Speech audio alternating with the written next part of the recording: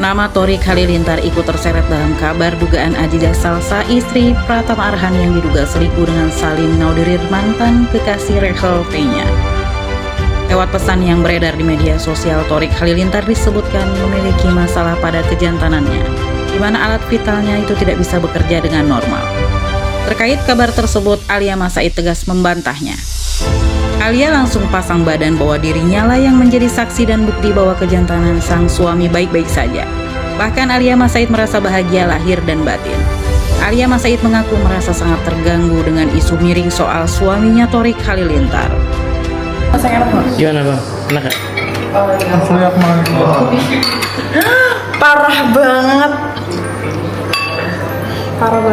Bella ada Saya kerupuk jarang nggak, mau menanggapi berita tidak benar di luar sana, tapi ini sudah menyangkut nama suami saya dan saya merasa sangat terganggu dengan berita hoax yang saat ini sedang ramai, tulis Alia Mas Said pada Instagram story milik Alia sendiri Rabu 21 Agustus 2024. Lewat pesan yang beredar di media sosial, Thorik Halilintar disebut memiliki masalah pada kejantannya di mana alat vitalnya tidak bisa bekerja dengan baik.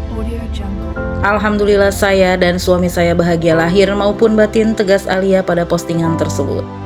Putri Reza Artamevia itu merasa heran selalu saja mengapa ada orang yang tega menyebar fitnah kepada sang suami.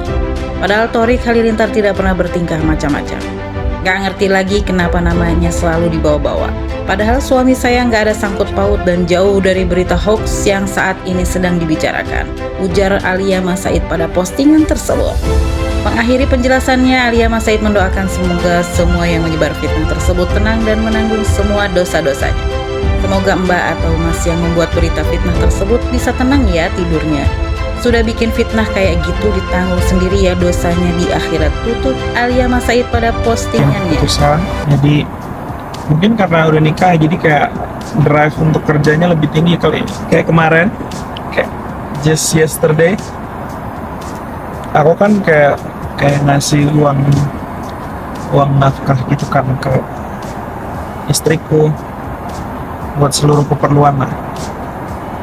Terus merasa kayak oh my god, gue udah tua, rasanya happy banget gitu, sedih banget.